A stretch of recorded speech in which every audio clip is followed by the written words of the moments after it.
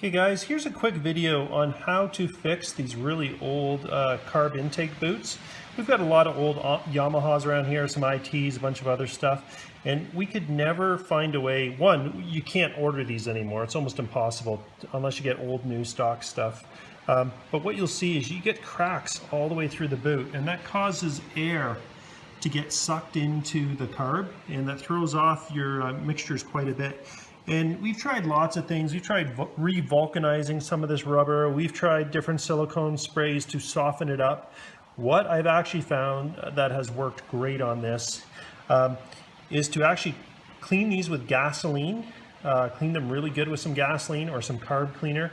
Let them sit for a day or two to make sure everything evaporates off. And then what you want to do is get some ultra black gasket maker. So this is good for, you know, fuel and engines.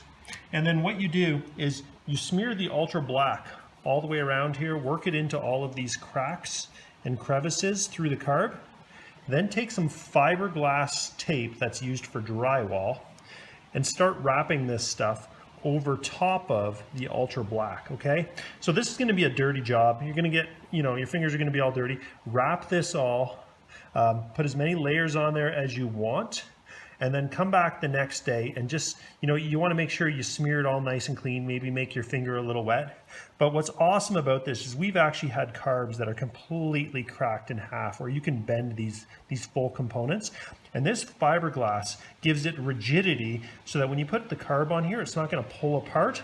But the ultra black and the fiberglass has enough flexibility in it. You can still press the carbs in, you can pull them off, and it really extends the life of this. I mean, we've done a few of these 2-3 years ago, and they still look the same as the day we put it on. So if you can't find a new carb intake boot and you need to kind of fix the one you have, this is a great solution to recover those things, and it's cheap.